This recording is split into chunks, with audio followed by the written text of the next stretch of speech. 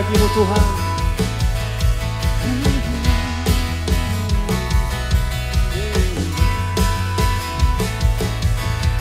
Satu nama yang sah hanyalah nama-Mu Tuhan. Gunung batu kekuatan hanyalah nama-Mu Tuhan. Tak terbatas kuasa-Mu Tuhan. Ajaib hebat, Raja perkasa. Kami bawa pujian, nyanyian kemenangan. Masuki gerbang-Mu, hati kami bersuka. Tangan kami terangkat, sorakan kemenangan. Terpujian nama-Mu Yesus Raja, segala raja. Oh, Kau Raja, yeah. Katakan satu nama yang sah hanyalah nama-Mu Tuhan. Gunung batu kekuatan hanyalah nama-Mu Tuhan. Tak terbatas kuasa-Mu Tuhan. Ajaib hebat, Raja perkasa. Kami bawa pujian, nyanyian kemenangan. Masuki gerbang-Mu, hati kami bersuka. Oh, tangan kami terangkat, sorakan kemenangan.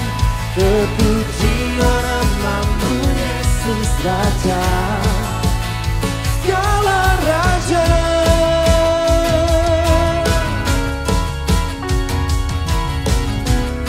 Kau layak terima pujian kami Tuhan. Oh,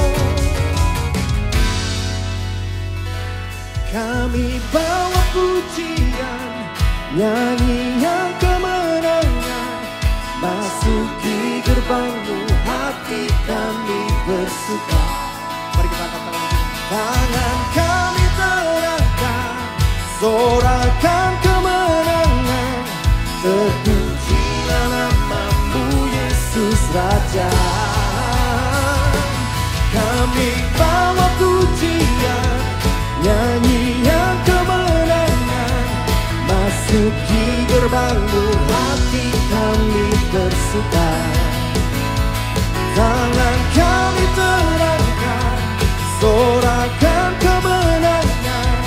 Terpujilah nama-Mu Yesus Raja, segala raja. Oh, Yesus Kau Raja. Yeah. Haleluya.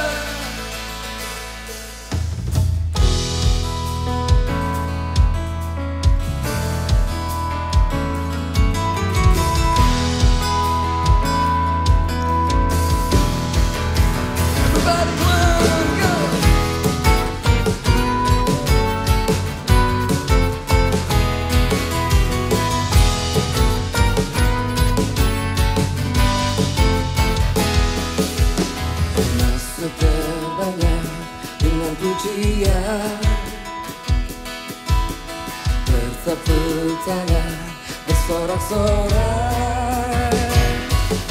Mari bersama melompat, luapkan ekspresimu. Sebab ada kuasa dalam pujian. Mari bersama kita tanggalkan beban dan dosa yang merintangi. Mengapi-apikan diri seperti daun menari.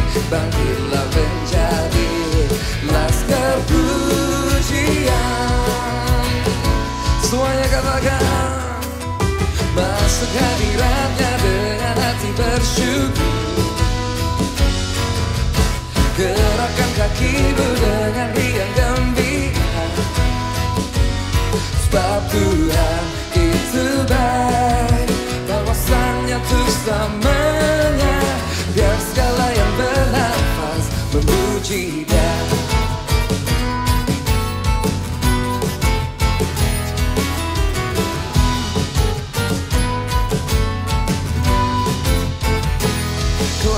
Mari bersama kita tanggalkan beban dan dosa yang merintangi, mengapi-apikan diri seperti laut menari. Bangkitlah menjadi laskar pujian.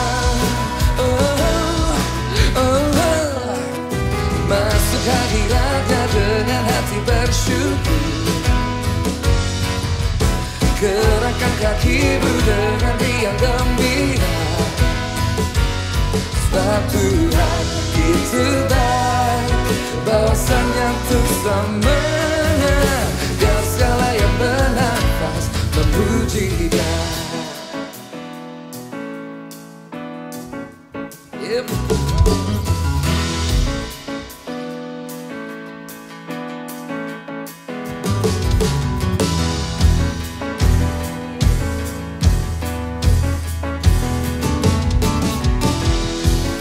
Musik memuji Tuhan, come on.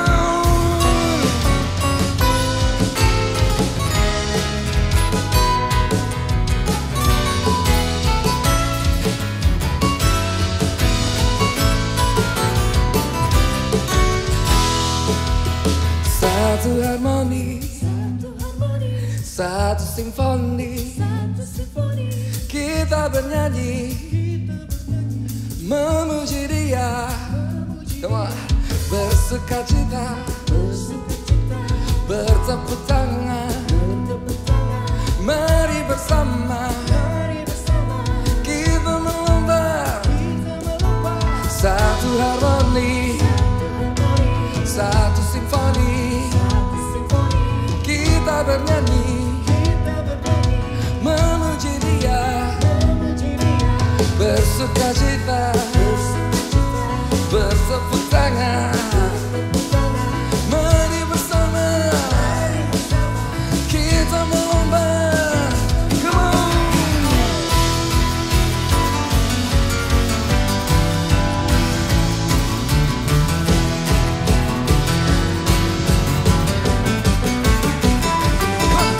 Masuk hadiratnya dengan hati bersyukur,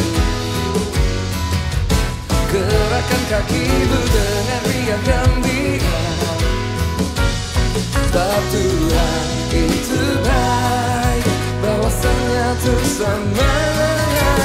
Dan segala yang bernafas, dan segala yang bernafas, dan segala yang bernafas memuji Dia.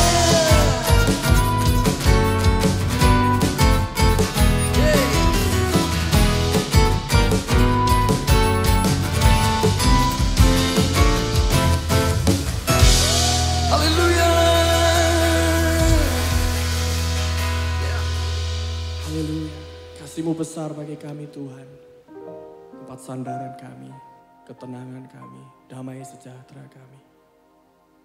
We come to worship You, Lord.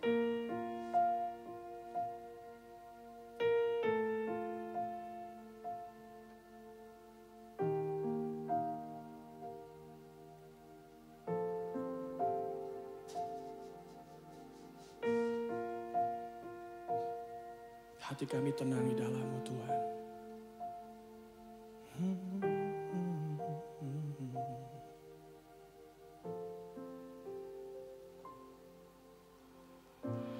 Bapa, Kau mendengar seruan hatiku,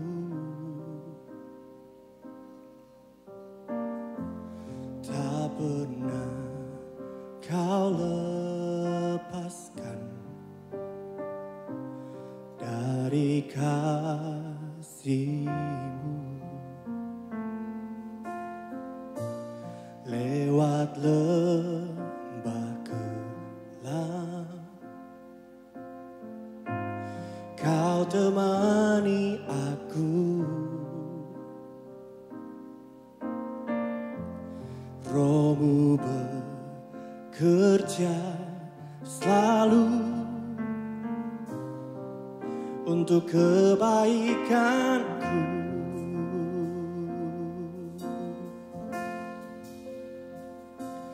Mengalir kuasa dari tempat maha tinggi, Bapa kekal mulia, Kau hadir di sini, memulihkan hati, menyembuhkan yang terluka. Ku kan tenang bersamamu, Bapa.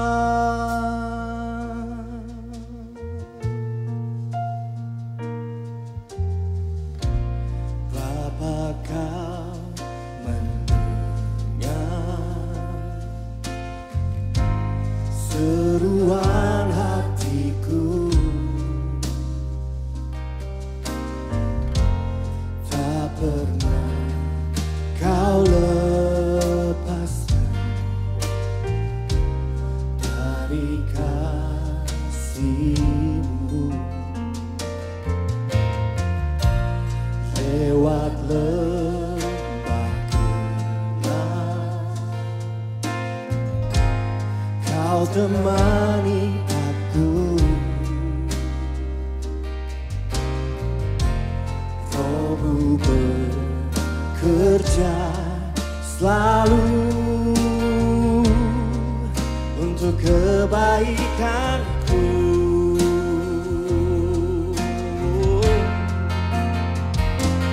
Mengalir kuasa dari tempat maha tinggi, Bapa kekal mulia, Kau hadir di sini, memulihkan hati, menyembuhkan yang terluka.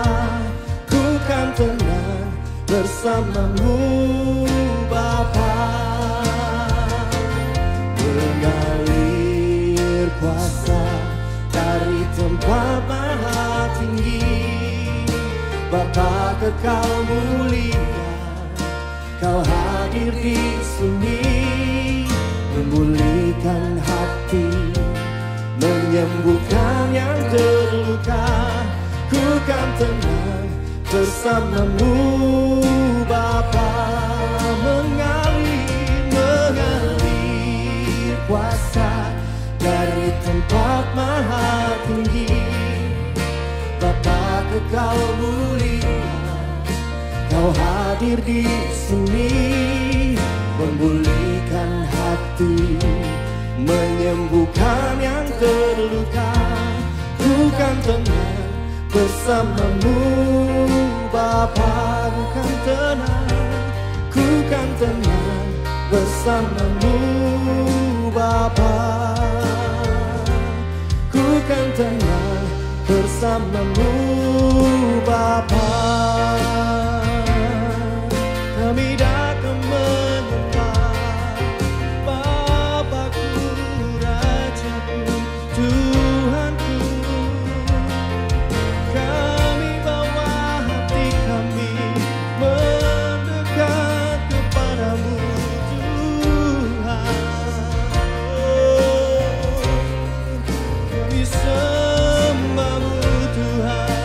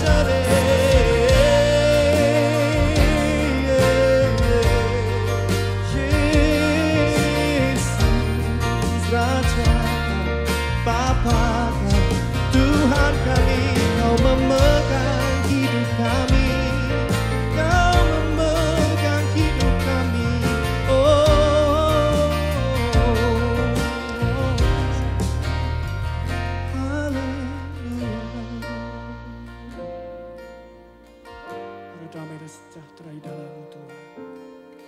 Haleluya.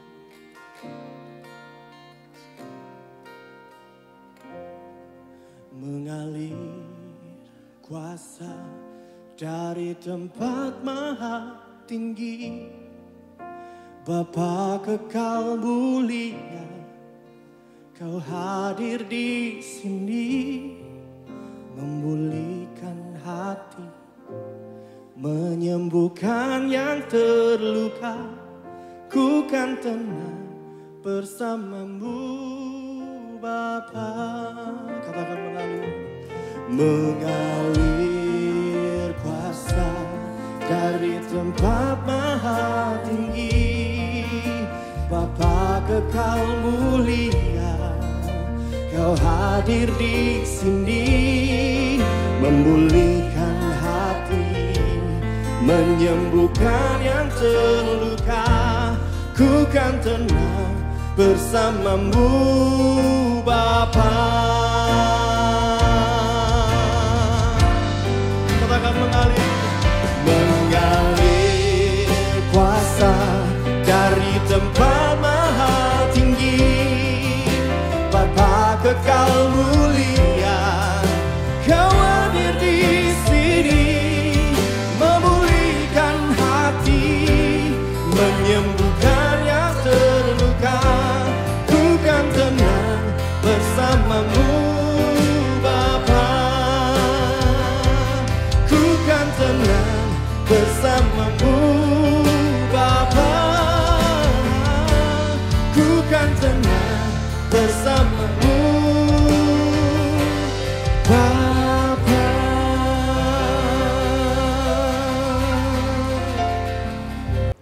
Shalom Bapak Ibu Regional Jawa Timur, Bali, Lombok, Kepulauan Nusa dan Australia. Apa kabar Anda hari ini? Pastikan Anda terus semangat dan berapi-api di dalam Tuhan. Bagi Anda yang baru pertama kali bergabung di dalam ibadah online hari ini, saya mengucapkan welcome home. Dan bagi Anda yang belum digembalakan di gereja lokal manapun, Anda bisa menghubungi nomor yang tertera di layar Anda supaya kami bisa memfollow up Anda. Jangan lewatkan Connect Group online yang ada di gereja lokal Anda masing-masing ataupun di kota Anda masing-masing. Informasi Anda bisa mendapatkannya melalui mengirimkan pesan kepada nomor yang tertera di layar Anda atau Instagram di gereja lokal Anda masing-masing. Jangan lupa juga untuk mengirimkan kesaksian apabila Anda menerima jawaban doa, mujizat maupun kesembuhan yang bisa memberkati orang lain. Dan mari kita siapkan hati kita untuk memberikan persembahan yang terbaik buat Tuhan. Tuhan Yesus, terima kasih kalau hari ini kami diberi kesempatan untuk memberikan yang terbaik kepada Raja di atas segala Raja. Kami tahu semua berkat yang kami punya datangnya dari Engkau. Tuhan, ini waktunya kami memberikan segala ucapan syukur kami lewat hati kami dan lewat apapun yang telah sudah Tuhan berkati dalam hidup kami. Kami siap memberikan yang terbaik kepadamu hari ini. Yang siap memberikan yang terbaik kepada Tuhan bersama-sama dengan saya katakan, amin. Terus ikuti firman dan doa bersama Pendeta Samuel Muci dan Pendeta Lanitan di streaming YouTube dan Instagram PS Lanitan. Berikut ini adalah jadwal firman doa minggu ini. Selasa pukul 16.30, Kamis pukul 19.30, dan Jumat pukul 19.30. Ajak seluruh teman dan keluarga Anda untuk mengikuti firman dan doa ini. Untuk update informasi seputar gereja lokal Anda dapat melihat infonya melalui Instagram Gereja Mawar Sharon di kota Anda. Untuk persembahan dapat dilakukan melalui QR Code di handphone Anda masing-masing melalui aplikasi BCA Mobile, Sakuku, OVO, Dana, GoPay, ShopeePay, dan Link Aja, atau transfer melalui rekening BCA atas nama GRC Mawar Sharon.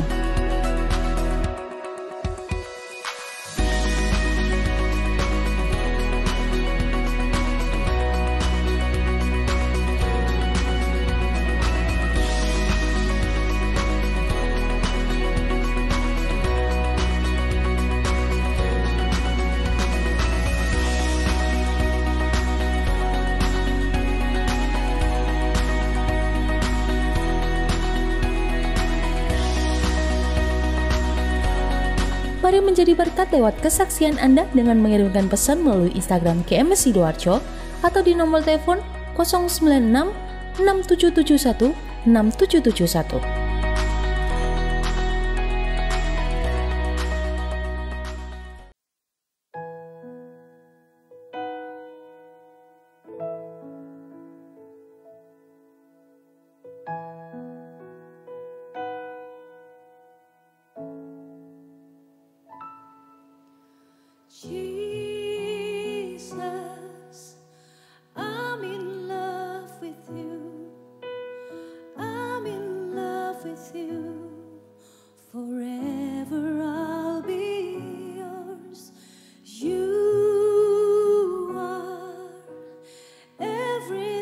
everything to me, and all I ever need is you. Come on, sing Jesus. Jesus, I'm in love with you. I'm in love with you. Forever I'll be yours. You are everything to me, and all I ever need is you. My heart is full. My heart is full with love and desire that will know no end. Come draw me near. In your embrace I belong. Lord, all I ever need is you.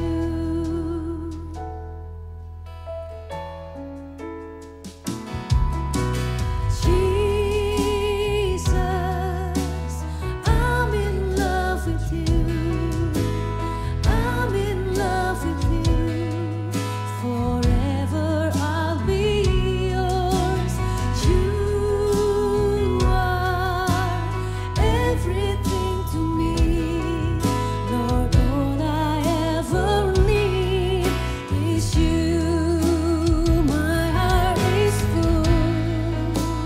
My heart is full with love and desire that will know no end. Come draw me near. In your embrace I belong. Lord, all I ever need is you. Come on, sing Jesus. I'm in love with you.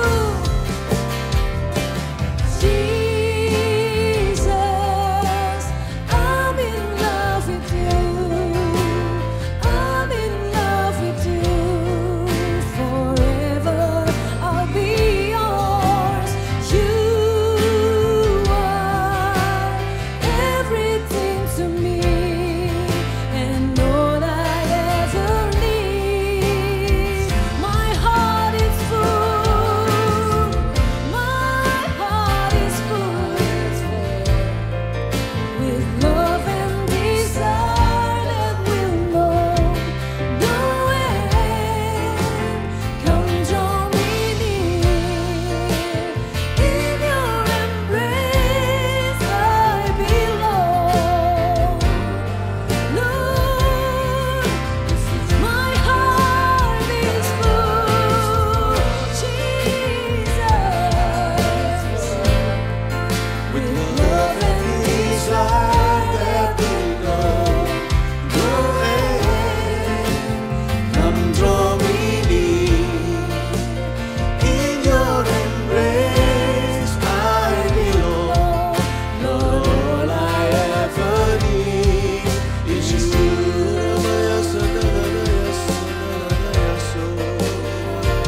Lord, all I ever need is you.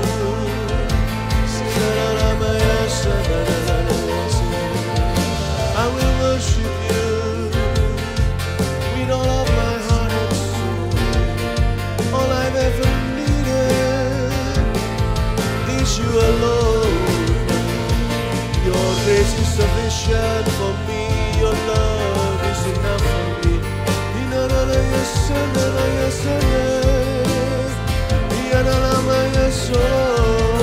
Mari kita semua lebih dalam lagi untuk menyembah, lebih indah lagi bersekutu dengannya. Shianalamaya so, Inalamaya sanana, Inalamaya se, Inalamaya se. My heart is full.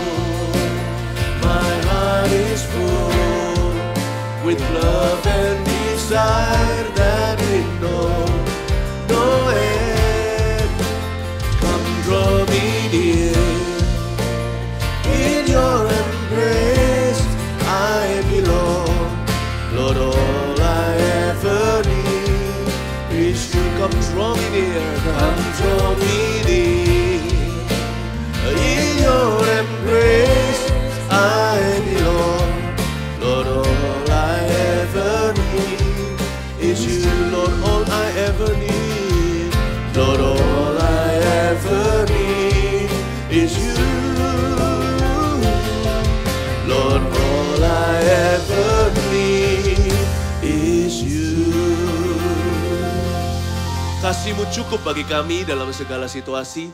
Kami tahu ya Tuhan Yesus, Engkau menjaga, Engkau menyertai. Terima kasih untuk kasih-Mu yang tidak berkesudahan. Tanamkan iman di hati kami. Setiap kami seperti kebun buah-buahan, kebun-Mu Roh Tuhan. Tanamkan biji sesawi ya Tuhan. Agar hidup kami memindahkan semua gunung-gunung di depan. Terima kasih Bapa Sorgawi. Sampaikan firman-Mu Tuhan Yesus, urapan Roh Kudus-Mu di sini. Haleluya. Amin. Puji Tuhan. Puji Tuhan. Letakkan tangan di dada seperti ini. Katakan, Tuhan tanamkan firman. Katakan, Tuhan tanamkan iman. Pasti biji sesawi itu akan ditemukan di dalam hati. Saya percaya season ini, segala musim kehidupan Tuhan setia. Tuhan menjaga dan menyertai. Pasti ada buah-buah yang indah. Dari segala situasi kondisi Tuhan bekerja sama mendatangkan kebaikan. Saya mau bicara tentang agrikultur iman. Sebuah bentuk pertanian, tapi bukan sawah ladang jasmani, tapi suatu bentuk wujud kerohanian yang berbeda dengan apa yang ditawarkan oleh dunia. Mazmur 126 adalah sebuah nubuatan, adalah bahkan sebuah bukan hanya himbauan dan saran, sebuah teladan bagaimana kita bisa beriman kepada Tuhan dan mengalami sebuah kebangunan. Makanya diberi judul pengharapan di tengah-tengah penderitaan. Ingatlah Roma 8, Tuhan bekerja sama dalam segala perkara. Segala perkara itu baik dan buruk.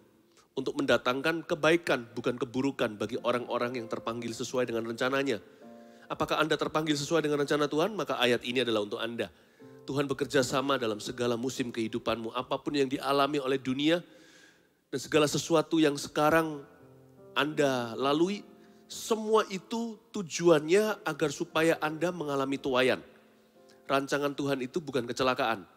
Dia tidak pernah merencanakan kebangkrutan. Saya tidak bicara kebangkrutan materi saja, terutama kebangkrutan hati. Tuhan tidak pernah ingin kita bangkrut rohani. Karena itu pastikan bahwa di dalam setiap musim yang kita lalui, menaburlah dengan benar. Mazmur 126, pengharapan di tengah-tengah penderitaan, agrikultur iman, dimulai dengan perkataan nyanyian ziarah sebagai introduction-nya. Para ahli Alkitab merasa bahwa ini yang menulis Mazmur 126 adalah Ezra, seorang imam, seorang hamba Tuhan. Ezra ini adalah salah satu kaum yang pulang dari pembuangan. Ezra, Nehemia, ingat ya, membangun bait Allah yang runtuh, membangun tembok Yerusalem yang sudah roboh. Nah, Ezra ini pulang dan membawa suatu nyanyi, menuliskan sebuah lagu. Mazmur itu adalah nyanyian puji-pujian. Ezra adalah salah satu kaum pemimpin yang membawa pulang orang-orang Yahudi bergelombang-gelombang setelah 70 tahun di Babilonia. Kalau 70 tahun berarti orang-orang yang ori, orang-orang yang original, yang awal mula diangkut ke pembuangan ke Babel. Pada semua sudah meninggal dunia, ini sudah generasi cucu dan cicit. Sudah lama ini yang namanya orang Israel tinggal di luar negeri. Yerusalem hanya tersisa para pengemis, orang-orang yang ditinggalkan, orang-orang yang tidak dianggap sebagai aset bagi negara Babilonia. Sedangkan orang-orang yang berperawakan baik, mereka yang berpendidikan semua diangkut ke sana. Contohnya Daniel, Sadrak, Mesak, Abednego dan sebagainya. Jadi Yerusalem itu reruntuhan. Gak tanggung-tanggung, bukan hanya 1, 2, 3 bulan. Petaka yang mereka alami sebagai satu bangsa. Tidak tanggung-tanggung 70 tahun. Bukan hanya 1, 2, 3 tahun saja. Bahkan bukan 7 tahun, 70 Bapak Ibu. Jadi orang-orang Israel sudah biasa dalam reruntuhan. Mereka sudah putus asa berkali-kali dan mereka sudah tidak punya harapan untuk kembali. Lalu tiba-tiba Tuhan membuka jalan. Orang-orang Israel boleh pulang. Nah, sekarang kita melihat apa yang terjadi. Di ayat yang pertama, ini adalah kata-kata Ezra ketika Tuhan memulihkan keadaan Sion. keadaan kita seperti orang-orang yang bermimpi. Pada waktu itu mulut kita penuh dengan tertawa dan lidah kita dengan sorak-sorai. Pada waktu itu berkatalah orang di antara bangsa-bangsa, Tuhan telah melakukan perkara besar kepada orang-orang ini, yaitu orang-orang Yahudi. Tuhan telah melakukan perkara-perkara besar kepada kita, maka kita bersuka cita. Pulihkanlah keadaan kami ya Tuhan seperti memulihkan batang air kering di tanah Negeb. Orang-orang yang menabur dengan mencucurkan air mata akan menuai dengan bersorak-sorai. Orang yang berjalan maju dengan menangis sambil menabur benih pasti pulang dengan sorak-sorai sambil membawa berkas-berkasnya. Katakan amin. Ayat per ayat saya bahas. Ketika Tuhan memulihkan keadaan Sion, kita sudah mengerti background. Tadi saya sudah jelaskan bukan? 70 tahun bukan waktu yang singkat. Dan ketika Tuhan memulihkan keadaan Sion, keadaan kita, Esra mewakili semua orang Israel dan apa yang mereka rasakan di hati ketika pemulihan terjadi. Keadaan kita ini seperti orang-orang yang bermimpi. Kayaknya kita nggak bisa percaya, it's really happening. It's very surreal. Kayaknya tolong cubit saya, apakah ini nyata atau mimpi? Sedemikian rupa mereka itu tertegun, terkejut, terkagum-kagum apa yang Tuhan akan lakukan. Karena mereka sudah terlalu lama dalam penderitaan. Mereka sudah tenggelam dalam kekalahan. Mereka sudah putus asa, tidak ada harapan apa-apa. Keadaan kita seperti orang yang bermimpi. Kenapa kok seperti orang bermimpi? Saya kasih 3 alasan yang terjadi di hati orang Yahudi yang hari ini relevan untuk keadaan kita ketika kita dilanda masalah bertubi-tubi dan kelihatannya tidak ada jalan keluar kemana-mana. Ya, kenapa Esra berkata keadaan kita seperti orang yang bermimpi? Karena satu, mereka tidak berharap bisa keluar lagi. Seperti saya katakan tadi, 70 tahun cukup lama. Kalau Anda 70 tahun mengidap satu penyakit, kayaknya sudah sirna harapan untuk sembuh. Kayaknya gak berharap bisa keluar dari sana. Jikalau kita mengalami suatu musibah, dan itu sudah 70 tahun lamanya, lama-lama kita sudah tidak lagi berharap sama Tuhan. Kenapa seperti mimpi rasanya? Karena tidak berharap bisa keluar. Yang kedua, kenapa seperti mimpi rasanya? Karena tidak masuk di akal. Pemulihan ini gak masuk akal.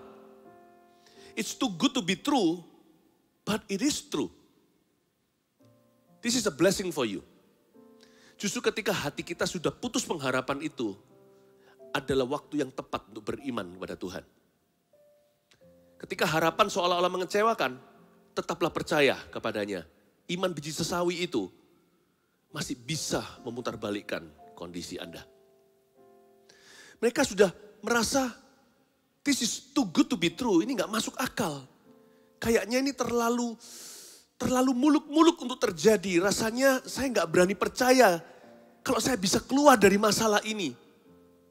Masa bisa sih saya bangkit dari kebangkrutan? Masa bisa saya sembuh? Mana bisa semua kembali ke normal lagi seperti dulu? Jadi tidak masuk di akal mereka. Makanya disebut seperti mimpi saja. Too good to be true, but it's true. Please pinch me, tolong cubit aku. Untuk aku tahu apakah ini mimpi atau kenyataan. Alasan ketiga kenapa itu rasanya seperti mimpi ketika Tuhan memulihkan keadaan mereka. Adalah karena kejadiannya tiba-tiba. Tahukah bahwa Tuhan kita adalah Allah. Tuhan kita adalah Allah yang melakukan sesuatu kadang-kadang secara mendadak. Karena baginya mujizat itu semudah membalikkan telapak tangan. Oleh karena 3 alasan ini, pemulihan ketika terjadi, 3 hal ini membuat seperti mimpi. Mereka tidak berharap keluar.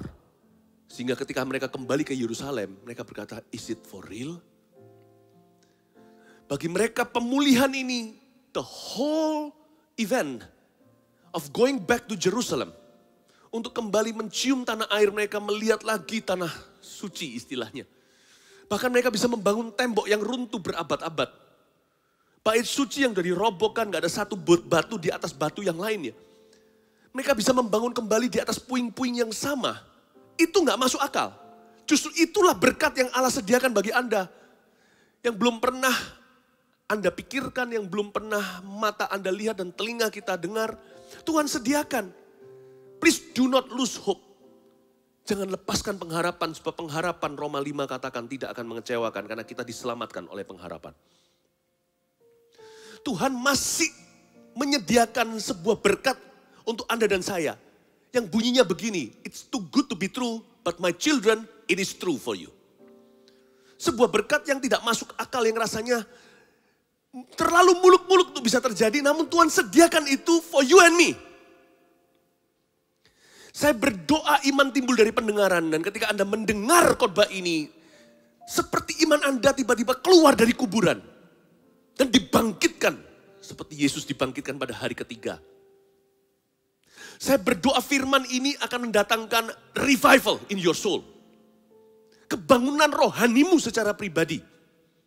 Selama ini talenta itu satu dua disembunyikan di bawah tanah. Talenta itu juga bisa bicara tentang pengharapan Anda. Mimpi Anda sudahlah, mimpi sudah dimasukkan aja, disapu di bawah kolong ranjang. Ketika Anda mendengar khotbah ini tiba-tiba seperti ada kegerakan. Seperti zaman Yehezkiel di lembah tulang-tulang itu mulai berderak-derak tulang itu dan mulai ada muscles-nya, mulai ada ototnya, mulai ada dagingnya. Tadi hanya tulang belaka, sudah mulai kelihatan kulitnya. Mimpimu yang mati itu mulai bangkit berdiri menjadi tentara yang hebat. Biarkan saya jadi penyambung lidah Tuhan. Ketika semua seolah-olah sudah gelap gulita di depan Anda. Firman ini secercah pengharapan. Dan kalau Anda mendengar firman ini dan ada iman, saya yakin Tuhan akan segera bekerja. Karena anak manusia kalau datang ke bumi, dia akan mencari iman. Adakah dia menemukan iman? Kalau dia ada menemukan iman sebesar biji sesawi aja, dia yang akan memindahkan gunungmu. Bapak, Ibu, Saudara, sekalipun mungkin beberapa orang sudah putus asa, rasanya nggak bisa keluar dari masalah tertentu. Izinkan saya mengatakan, Tuhan yang membelah Laut Merah segera akan membawamu keluar dari tanah perbudakanmu. Katakan amin. Yes, it's too good to be true, but it's gonna happen to you. Rasanya yang muluk-muluk gak akan terjadi, masa yang seperti ini bisa terjadi atas hidupmu? Yes, but let me say it to you. Biar saya mengatakan kepada Anda secara langsung, dengarkan di dalam telinga Anda, sampai jatuh ke dalam hati menjadi biji sesawi. Anda akan mengalami. Dan kalau Tuhan memulihkan, semudah membalikkan telapak tangan, tiba-tiba terjadi karena Allah kita adalah Tuhan yang mendadak. Kalau Tuhan menjawab doa kita itu, dia gak perlu untuk apa namanya itu bahasanya, dia gak perlu kulon nuwun dulu kalau bahasa orang Jawa. Dia gak perlu permisi, aku mau melakukan sebuah perkara. Tuhan gak perlu untuk menunduk dulu kepada manusia dan meminta izin sama mereka.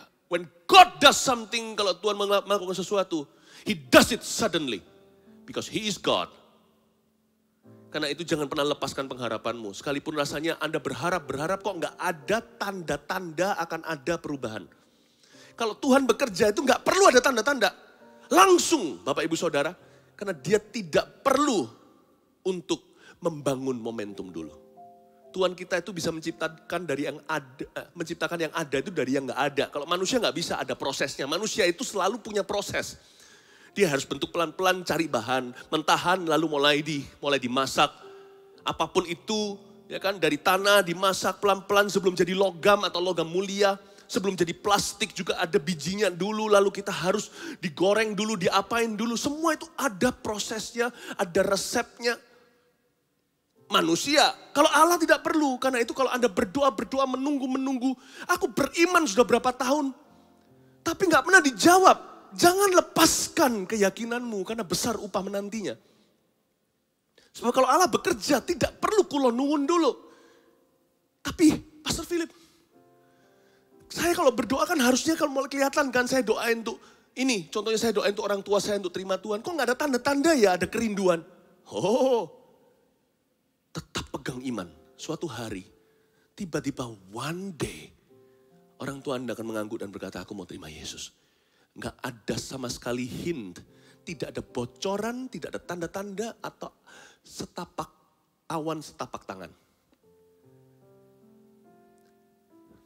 Saya curiga awan setapak tangan itu mungkin ada karena Alkitab mengatakannya waktu Elia suruh hambanya melihat apakah ada tanda-tanda di langit akan segera turun hujan.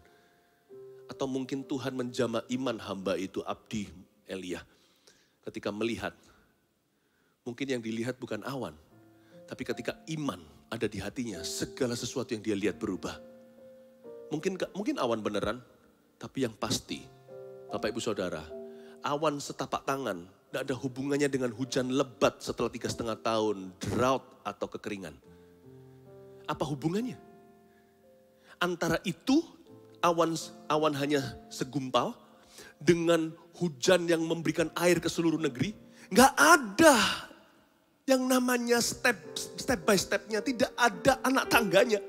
Dari sini langsung boom, situ itu mujizat. Dari sini sampai boom ke sini, dari situ sampai boom ke sini. Itu hanya keajaiban.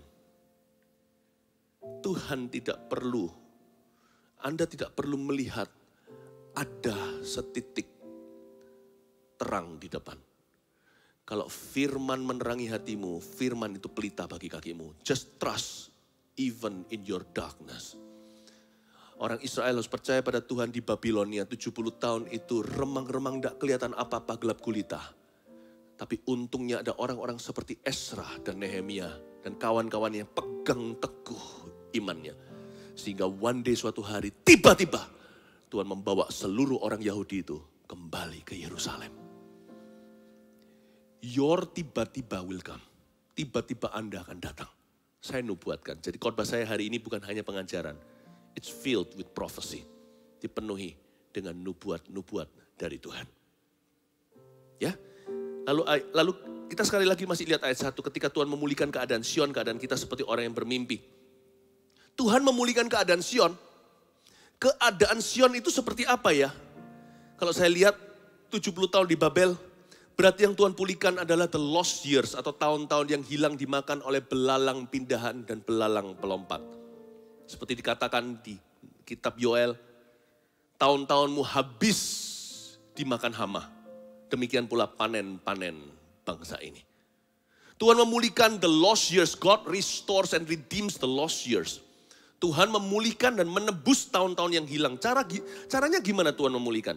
Bagaimana Tuhan memulihkan tahun-tahun kita yang tanpa buah. Tahun-tahun kita yang hilang dimakan oleh belalang. Tahun-tahun ketika kita dirampok oleh kuasa roh jahat. Tahun-tahun ketika kita dirudung dengan kemalangan. Tahun-tahun fruitlessness ketika kita tidak bisa berbuah. Ketika buah arah tidak ditemukan pada pohonnya. Ketika anggur tidak ditemukan pada pohonnya pula.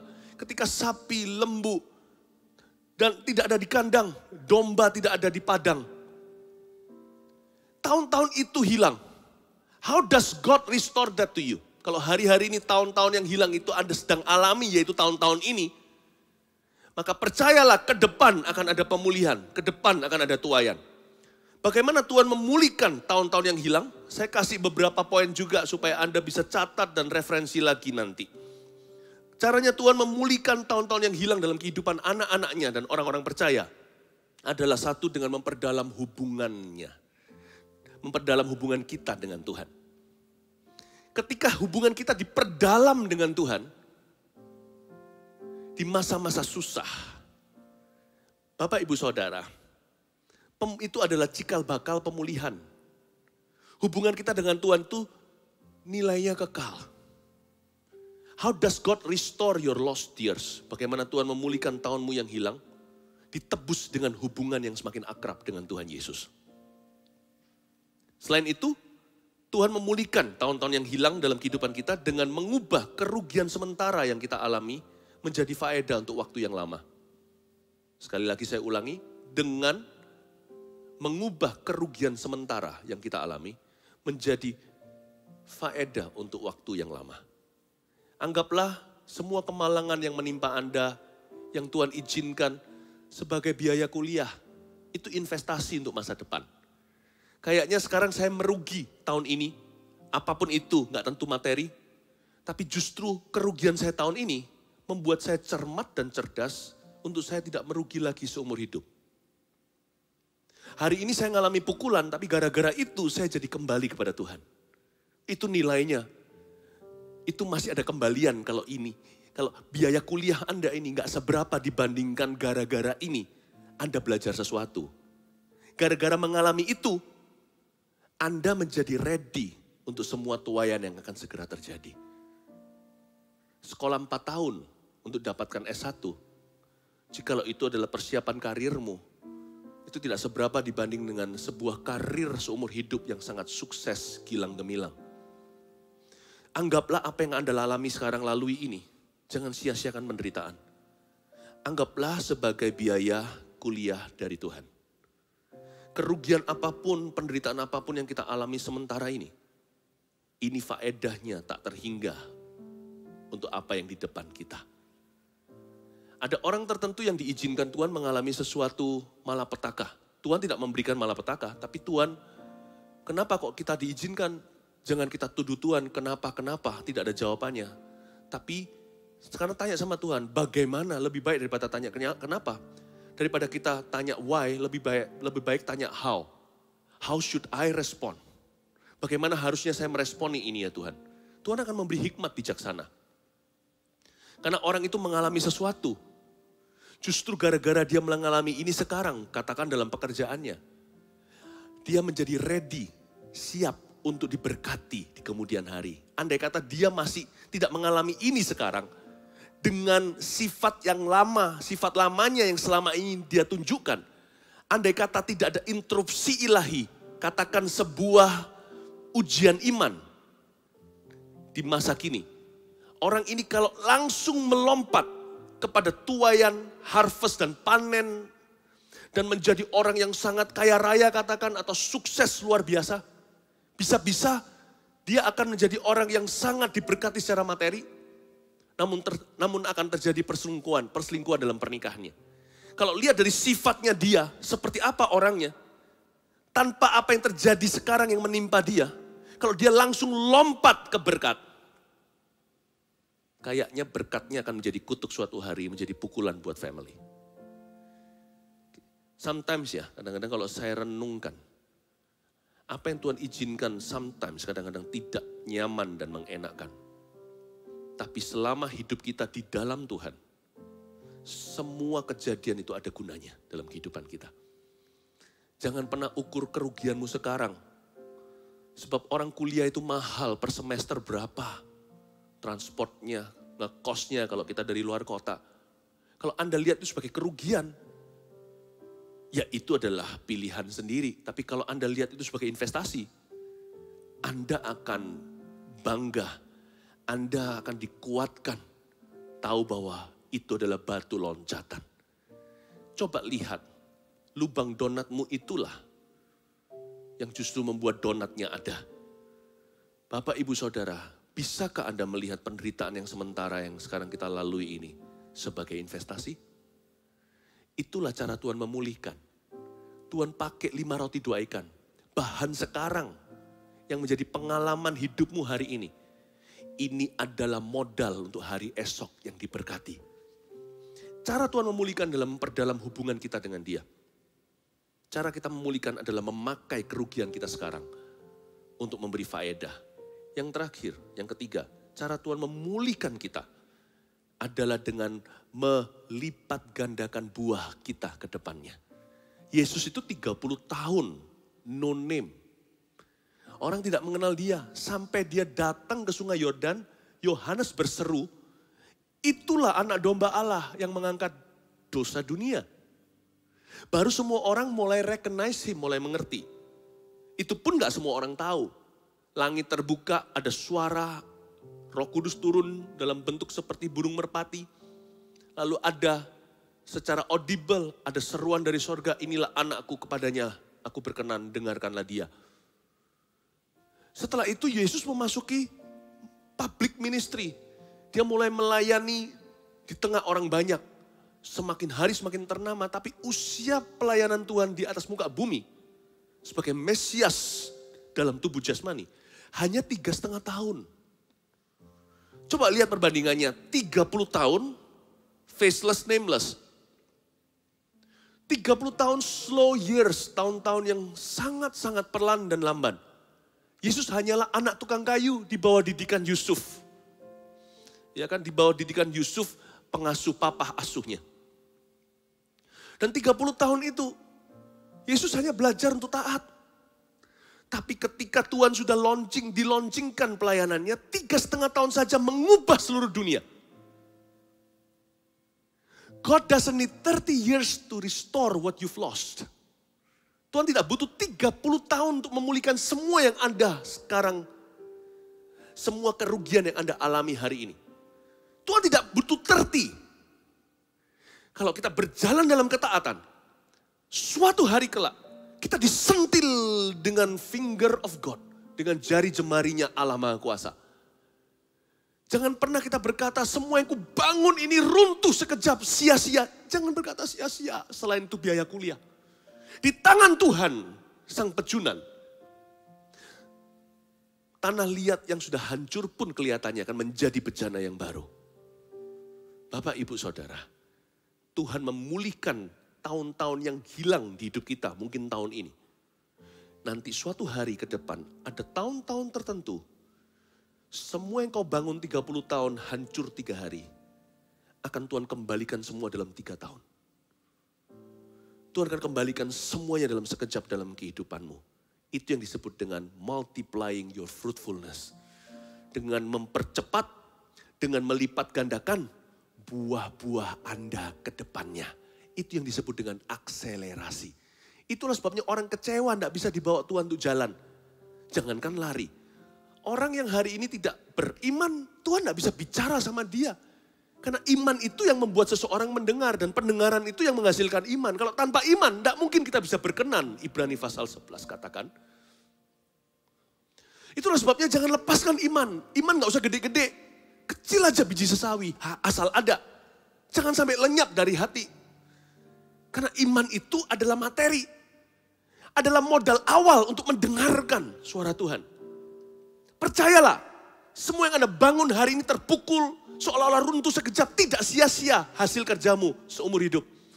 Sebab Anda masih hidup tahun-tahun ke depan, ini belum termasuk seumur hidup. Masih ada umur-umur panjang di depan yang Allah akan sediakan. Dan Tuhan tidak butuh waktu yang lama ketika Anda kumpulkan yang hancur sekejap itu. Tuhan hanya butuh waktu sekejap saja untuk mengembalikan segala sesuatu kepadamu. I believe in miracles. I don't know how, saya tidak tahu bagaimana Tuhan akan mengembalikan apa yang hilang dari Anda hari ini. Apa yang dicuri oleh belalang pelahap, I don't know how. Don't ask me how. If I knew how, kalau saya tahu bagaimana, kan namanya bukan mujizat, karena mujizat itu tidak ada teorinya. Tapi I know who will restore your life. Saya tidak tahu bagaimana Tuhan akan melakukannya. Jangankan di hidup Anda, di hidup saya aja saya tidak tahu bagaimana. Jalan Tuhan tak terselami. Tapi saya tahu siapa yang akan memulihkannya. Tuhan Yesus yang berjanji, dia setia. Dia pasti akan memulihkan. Ketika Tuhan memulihkan keadaan Sion. Ketika Tuhan memulihkan tahun-tahun Sion yang hilang 70 tahun di Babilonia itu. Keadaan kita seperti orang yang bermimpi. Wow, beneran terjadi. Berharaplah Bapak Ibu, jangan putus pengharapan. Pada waktu itu ayat 2, mulut kita penuh dengan tertawa. Tertawa di sini bukan mentertawakan sebab orang Yahudi di zaman Babilonia pembuangan itu 70 tahun menjadi cemoohan bangsa-bangsa. Mereka jadi bahan lelucon dan ditertawakan kiri kanan. Ayat ini bukan mengajarkan agar kita membalas. Sebab ketika suatu hari roda berputar, orang yang ditertawakan menjadi orang yang jaya. Jangan menertawakan mereka yang menghina Anda di masa lalu. Ayat ini bicara mulut kita penuh dengan tertawa. Artinya waktu itu tertawa itu natural sekali alami. Karena hati kita ketika mengalami pemulihan akan menjadi ringan. Ada sebuah janji, God will make your hearts light again. Allah akan membuat hatimu ringan lagi, saking ringannya sampai tertawa. Ya. Orang itu ya, kalau tambah stres, humor harus lebih tinggi untuk membuat dia tersenyum saja, belum tertawa. Stand up comedian, ini itu, film-film komedi harus genjot dengan maksimal. Karena manusia itu hidup hari ini tuh penuh dengan depresi. Tapi lihat anak kecil, hati mereka itu gak banyak memikiri. Hati mereka itu gak ada banyak yang perlu dipikirkan. Anak-anak yang lugu-lugu itu, lihat mereka bermain. Dikit-dikit udah langsung tertawa. Temennya nggak melakukan sesuatu yang super lucu. Cuman ngomong sesuatu, ketawa. Ketika hati itu ringan, gampang tersenyum dan bahkan tertawa. Jangan fokus ke tertawanya. Berarti suatu hari akan tiba, pergumulanmu akan selesai, dan hatimu akan ringan kembali. Meskipun manusia hidup pasti ada kesusahan baru, tapi kesusahan lama akan berlalu. Hatimu akan tertawa. Envision yourself laughing again. Coba bayangkan diri Anda tertawa lagi. Bayangkan dirimu tersenyum lagi. Itu akan terjadi. Karena itu jangan depresi, jangan bunuh diri. Jangan putus asa. Sebab Tuhan masih belum selesai dengan kita. Lidah kita dengan sorak-sorai. Jadi lidah itu dengan sorak-sorai itu bukan berarti teriak-teriak melulu. Lidah dengan sorak-sorai itu berarti mulut lidah bibirnya dipenuhi dengan puji-pujian. Akan suka nyanyi gitu. Jangan tunggu masalah pergi.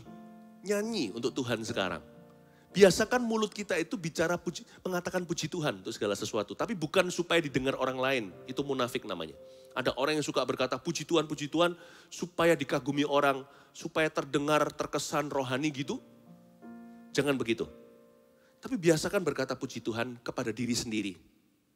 Dikit-dikit apa kita berkata haleluya. Dikit-dikit apa kita berkata puji Tuhan ya. Tuhan itu baik. Hari ini loh aku masih bisa bayar bil-bilku meskipun toko sepi. Puji Tuhan aku sehat sekalipun gak bisa pergi-pergi. Puji Tuhan ya kan anak-anak saya masih bisa sekolah sekalipun harus online katakanlah. Ya puji Tuhan lah. Aku bukan orang yang paling parah, bukan berarti kita bermegah di atas kesengsaraan orang. Tapi kadang-kadang kita juga harus melihat orang yang lebih parah dari kita. Supaya kita bisa bersyukur dulu dan menolong mereka. Biasakan diri berkata puji Tuhan atau praise the Lord. Bukan untuk didengar orang, untuk didengar telinga sendiri. Lidah kita penuh dengan sorak-sorai. Terapkan lidah demikian. Pada waktu itu berkatalah orang di antara bangsa-bangsa. Tuhan telah melakukan perkara besar kepada orang-orang ini. Bangsa-bangsa akan mulai komentar, biasalah gonta-ganti publik opini. Mereka berbicara sebagai spectators atau sebagai penonton. Komentar mereka kali ini adalah, ternyata Tuhan melakukan perkara besar ya kepada orang-orang ini. Ini adalah orang yang sama, yang berapa waktu yang lalu menghina dan berkata, lihat itu orang-orang ditinggalkan oleh Allahnya. Mulut yang sama berkata, Hosana, Hosana, minggu depannya berseru, salibkan dia, salibkan dia. Satu, jangan hidup untuk apa kata orang. Dua, jangan jadi orang yang suka mengata-ngatai orang. Kalau Anda dan saya lakukan itu, Anda dan saya akan selamanya dikutuk oleh Tuhan untuk berada di kategori komentator. Karena orang-orang ini tidak akan mengalami perjanjian dengan Tuhan Yesus sendiri. Mereka adalah orang-orang yang sebentar komentar miring, sebentar komentar baik. Tergantung kemana bawa angin. Mereka adalah orang-orang yang mengangkat dirinya sendiri sebagai dunia dalam berita. Orang-orang yang suka menggosip ria, itu adalah sebuah penyakit sosial. Saya tidak mau berada di kemah itu, bukan berarti saya sok suci, tidak. Saya tidak mau jadi orang yang mengata-ngatai, saya mau jadi orang yang mengalami sendiri. Nah itu beda loh ya. Ini orang-orang adalah satu grup manusia yang sekarang berkata, Tuhan telah melakukan perkara besar kepada mereka. Padahal sebelum mereka kembali ke Yerusalem, gelombang-gelombang itu pulang, orang-orang ini yang berkata Tuhan telah abandon atau telah meninggalkan umatnya. Don't be such people. Pisahkan dirimu, kata holy itu set apart. Pisahkan dirimu dari golongan gossiper. Kalau kita mau mengalami janji Allah. Kalau kita mau mengalami karya pekerjaannya. Kalau kita mau mengalami kekuatannya membalikkan kondisi seperti semudah membalikkan telapak tangan. Kalau kita mau menerima too good to be true but it's true. Pisahkan dirimu dari golongan penggosip. Sebab Tuhan tidak suka. Pada waktu itu berkatalah orang di antara bangsa-bangsa, Tuhan telah melakukan perkara besar kepada orang-orang ini. Ayat 3 inilah golongan kita. Tuhan telah melakukan perkara besar kepada kita. Kalau yang tadi orang-orang itu bicara sebagai dunia dalam berita, Orang-orang sekarang di ayat 3 ini berbicara sebagai orang yang mengalaminya. Yang satu bicara sebagai spectator, ya kan? Yang satu bicara sebagai sharer of God's wonderful miracles. Yang satu bicara cuman sebagai seorang penonton, ya kan? Yang satu lagi, sisi satunya bicara sebagai seorang shareholder. Seorang yang mengambil bagian partaker dalam rencana Allah. Karena itu ayat 3 berkata, Tuhan telah melakukan perkara besar pada kita. Maka kita bersuka cita. Ayat 2 kalau Anda, ayat 2b kalau Anda baca sekali lagi. Orang-orang ini gak ngalami sukacita. Mereka hanya berkata, what's new, excitement atau gairah mereka itu sementara. Ada sesuatu yang baru di pasaran, ada suatu berita yang sensasional. Lalu setelah itu seperti gas pada soda langsung sirna. Tapi ayat 3, sukacita hanya diberikan kepada mereka yang ambil bagian dalam rencana Allah. Bukan yang suka komentar, tapi orang-orang yang melakukan kehendak Allah. Mereka berkata, Tuhan telah melakukan perkara besar kepada kita. Maka kita bersuka cita. Pulihkan keadaan kami ya Tuhan seperti memulihkan batang air kering di tanah Negeb. Orang-orang yang menabur dengan mencucurkan air mata akan menuai dengan bersorak-sorai. Orang yang berjalan maju dengan menangis sambil menabur benih pasti pulang dengan sorak-sorai. Sambil membawa berkas-berkasnya, di sini ada tabur, ada tuai. Tapi Alkitab mengatakan bahwa mereka yang menabur dengan mencucurkan air mata baru akan menuai dengan sorak-sorai. Jadi jangan izinkan kondisi Anda menghalangi Anda untuk terus menabur yang benar. Weeping should not hinder sowing. Meratap tidak boleh menghalangi menabur. Kalau bisa, menabur saja, nggak usah meratapi. Tapi kalau memang Anda harus menangis, menaburlah saat Anda mencucurkan air mata. Jangan sia-siakan penderitaan Anda. Beda ditanam dan ditabur apa? Dua-dua sama-sama masuk tanah. Tapi jikalau tidak ditabur, seperti satu talenta yang ditanam di bawah tanah, itu mengundang hukuman Allah. Bedanya apa? Ditabur dengan ditanam. Sama-sama ngalami masalah. Ditabur tuh gak enak loh. Coba bayangkan Anda, imajinasi kalau Anda adalah sebuah biji.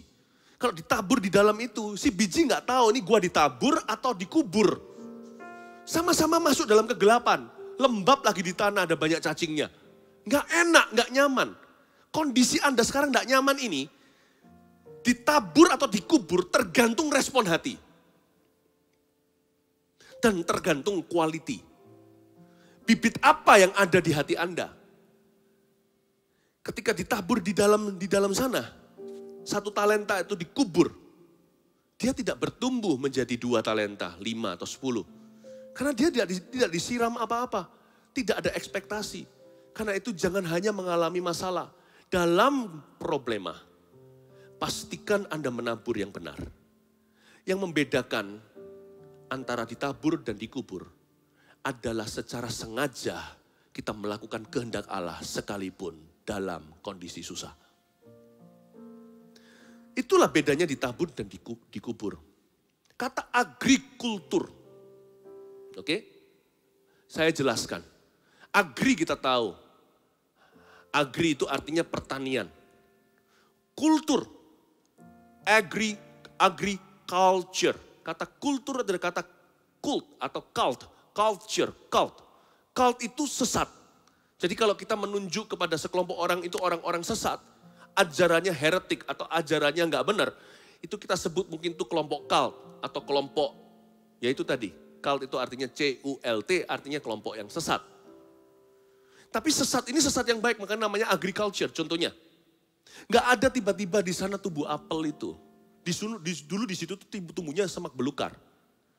Nggak ada yang tiba-tiba di sana muncul anggrek. Pasti ada seorang petani yang punya yang visionary, yang menanam atau berkebun di sana dan tanam pohon anggur pertama. Dahulu kala di Israel juga salah satu produser anggur. Gak ada anggur, zaman dulu itu tempat perang, penuh dengan lalat. Tidak ada yang namanya pertanian yang berhasil. Tapi di sana ditanamkan sekarang dengan pohon-pohon anggur sesuai dengan iklimnya, tentunya mereka survei dulu. Coba bayangkan, yang banyak di Israel itu adalah pohon ara. Lalu tiba-tiba ditanam anggur di situ, anggur itu pasti kesepian ketika ditanam di bawah tanah. Kiri kanan dia lihat semuanya adalah biji ara. Itu ara pasti aniaya. Mereka berkata, lu orang baru ya? Ayo kita pelonco dulu. Si anggur sendirian. Tapi dia harus percaya kepada petani yang menanam dia di sana. Bahwa saya punya, Tuhan, karena petani itu menaruh saya di sini, pasti ada visi. Sekarang saya minority, gak apa-apa. Kiri kanan dianiaya sama arah. Biarkan. Ketika dia di bawah tanah itu, dia harus yakin dan percaya sama dengan Anda ketika Anda dalam problema. Anda harus yakin dan percaya, Allah izinkan ini bukan untuk keruntuhan. Allah izinkan ini karena nanti Anda akan tumbuh menjadi kebun buah-buahan. Biji ketika ditanam dengan buah nanti akan beda.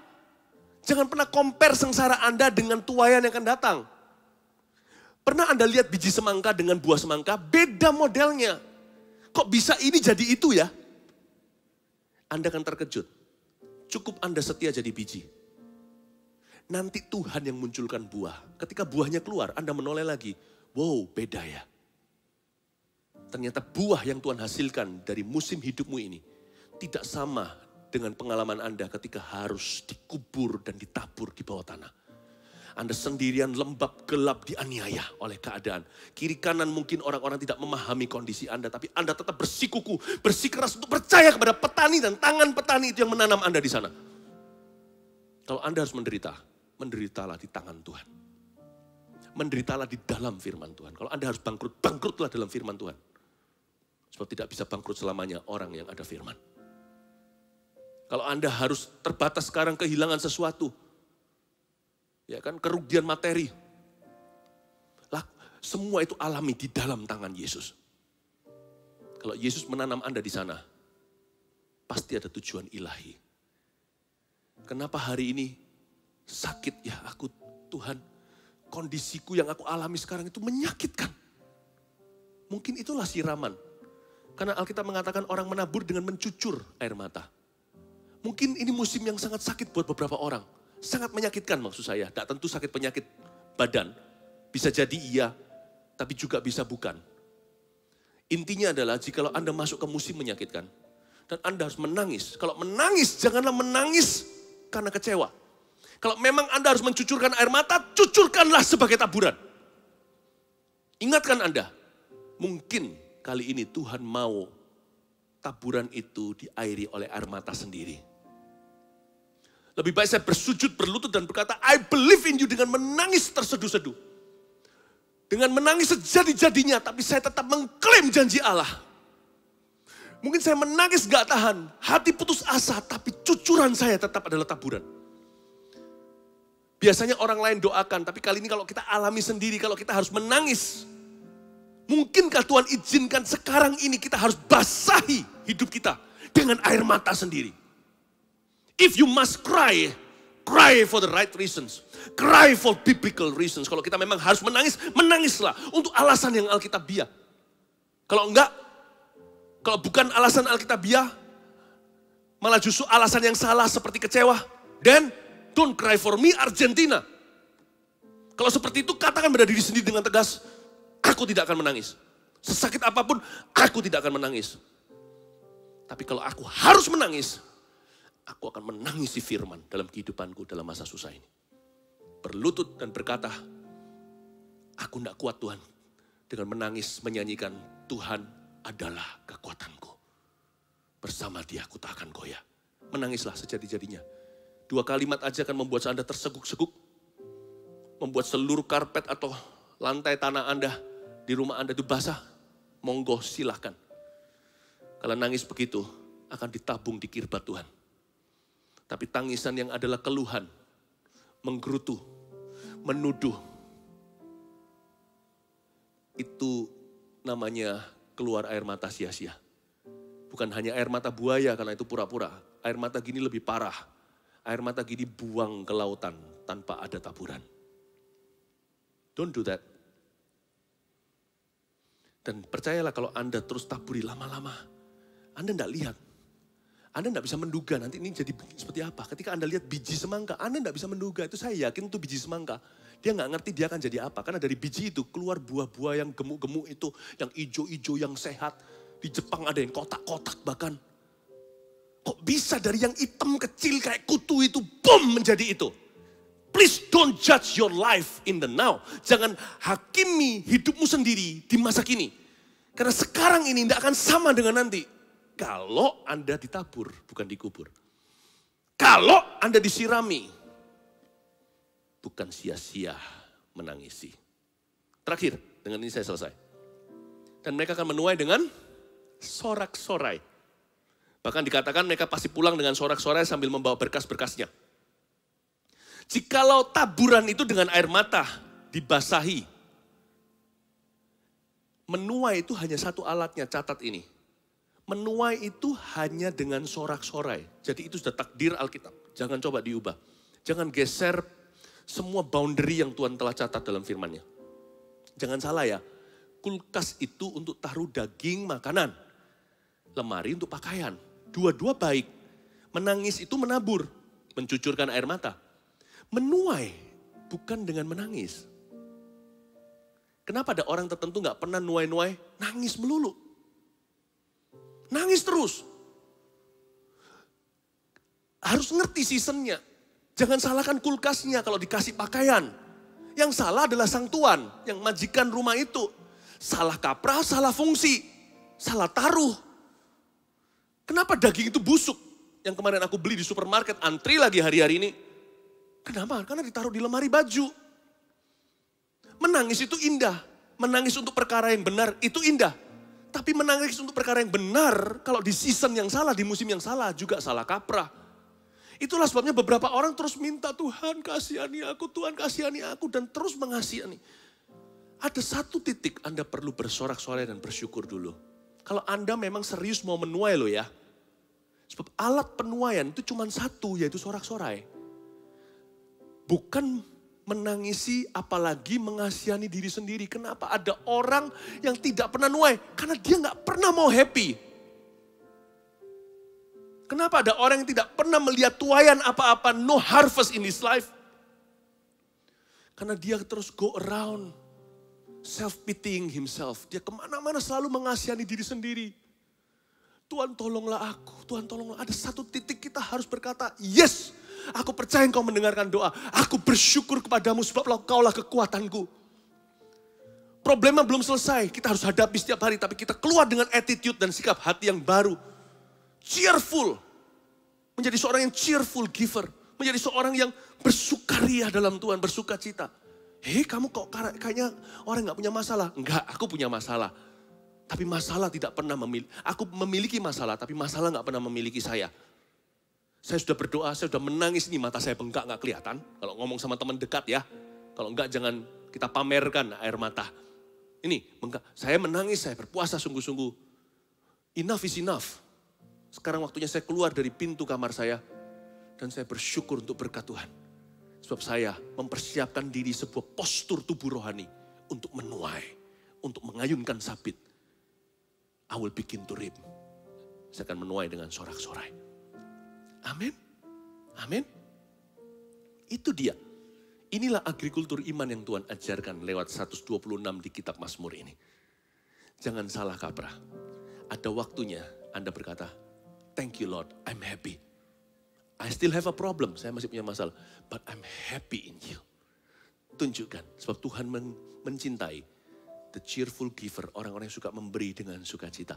Hari-hari ini, saya senang sekali. Dengan ini, saya tutup dengan sebuah kesaksian sederhana. Kita semua punya masalah, termasuk saya. Dan dunia sedang dalam masalah.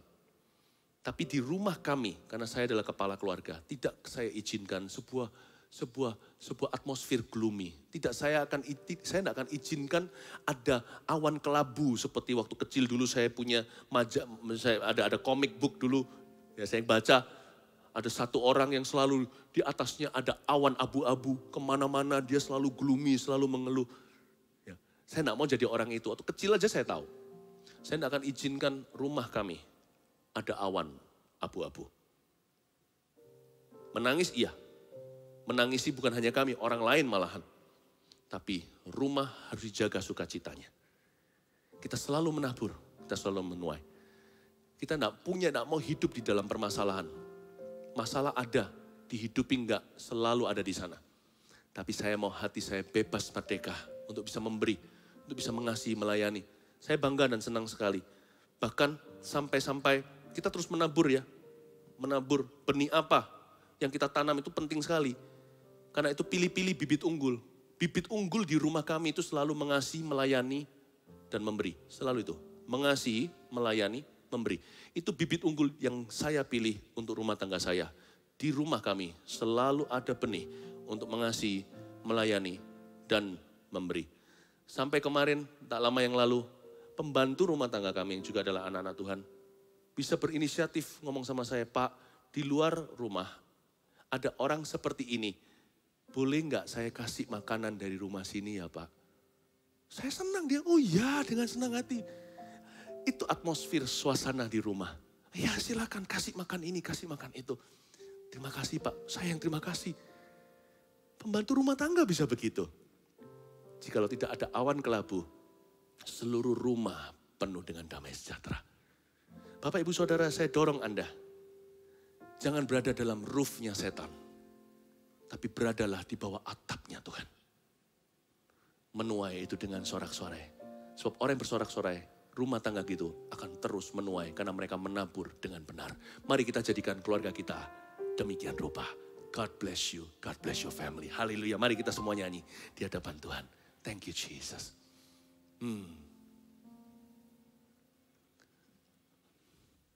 Terima kasih Tuhan Yesus.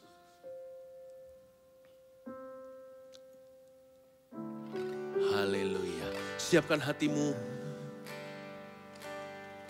untuk melakukan firman Tuhan yang sudah diajarkan. Mari kita menghampiri tata sekali lagi. Nyanyikan lagu ini. Tuhan adalah kekuatanku. Bersama Dia ku tak akan goyah.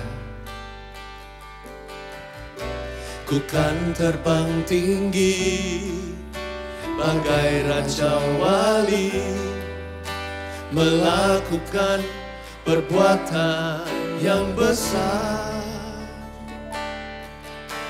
Tuhan adalah kekuatanku. Bersama Dia ku tak akan goyah. Ku kan terbang tinggi bagai Raja Wali, melakukan perbuatan yang besar. Ku kan terbang tinggi bagai Raja Wali dan melayang tinggi dalam kemuliaannya. Biar bumi bergoncang dan badai menerpa, ku kan terbang tinggi bersama Dia. Kita nyanyikan lagu ini bersama-sama. Tuhan adalah kekuatanku, adalah kekuatanku. Bersama Dia ku tak akan goyah. Ku kan terbang tinggi bagai Raja Wali, melakukan perbuatan yang besar. Bukan terbang tinggi, bukan terbang tinggi bagai Raja Wali dan melayang tinggi dalam kemuliaannya. Biar bumi bergoncang dan badai menerpa, ku kan terbang tinggi bersama Dia. Ku kan terbang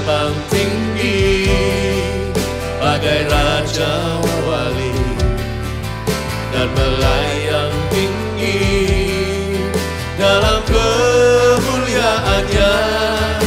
Biar bumi bergoncang dan badai menerpa, ku kan terbang tinggi bersama Dia. Ku kan terbang tinggi bagai Raja Wali dan melayang tinggi dalam kemuliaannya. Biar bumi bergoncang dan badai menerpa, ku kan terbang tinggi bersama Dia. Saya dapat satu kata-kata hikmat dan ini akan mengena ke seseorang. Ada ide yang dari Tuhan. Allah akan memberkatimu dengan memberi sebuah ide yang baru. Dan bagi beberapa orang lagi, ide lama yang selama ini sudah Anda lemarikan. Anggaplah dan pandanglah Tuhan sebagai sumber dengan S huruf besar. Dalam kehidupanmu berkat tidak akan pernah berhenti mengalir kalau Tuhan pelihara. Asal di dalam hati kita ada iman ditanam dengan tepat, diairi pula. Dengan sikap hati yang selalu bergembira karena Tuhan, Anda pasti akan menuai. Dan Tuhan menunjukkan ada taburan tertentu yang jangan Anda lupakan, Anda harus terus airi itu. Ada seseorang akan diberikan ide-ide baru, ada orang-orang tertentu akan dikasih Tuhan ide-ide baru. Baik itu ide-ide berbisnis atau melakukan sesuatu yang akan memberkati, membawa berkat bagi keluargamu dan orang-orang di sekelilingmu. Terimalah itu dalam nama Yesus. Dan ada orang tertentu yang punya ide lama yang sudah, yang saya katakan tadi, dilemarikan. Karena memang dulu dia gak berhasil menemukan sesuatu yang lebih dari itu. Keluarkan itu lagi dari kulkasmu. Jangan disimpan di situ. Talenta jangan ditaruh di bawah tanah. Bawa ke hadapan Tuhan, eksperimentasi lagi. Buat satu adjustment atau penyesuaian-penyesuaian. Tata ulang lagi beberapa hal-hal itu. Pikirkan evaluasi. Karena ide itu gak buruk sama sekali. Ide itu dari Tuhan. Dari dulu ketika diberikan. Tapi memang tidak matang. Tuhan memberinya dalam bentuk biji. Seperti biji sesawi. Anda harus kembangkan dengan hikmat-hikmat yang baru. Dan ketika Anda bawa keluar itu dari lemarimu. Anda tawarkan. Itu akan menjadi tren berikutnya. Di dalam marketplace. Di dalam dunia bisnis. Bahkan yang Anda geluti. Atau yang sinergi dengan itu. Atau yang bahkan tidak ada hubungannya dengan apa yang Anda pernah lakukan dan sekarang lakukan. Di dalam karir Anda. God will bless you. Mari kita semua angkat tangan bersama-sama. Oh haleluya. Dan kalau ada orang-orang di jamaah Tuhan sampai mencucurkan air mata, gak apa-apa. Menangislah dalam firman Allah untuk firman-Nya.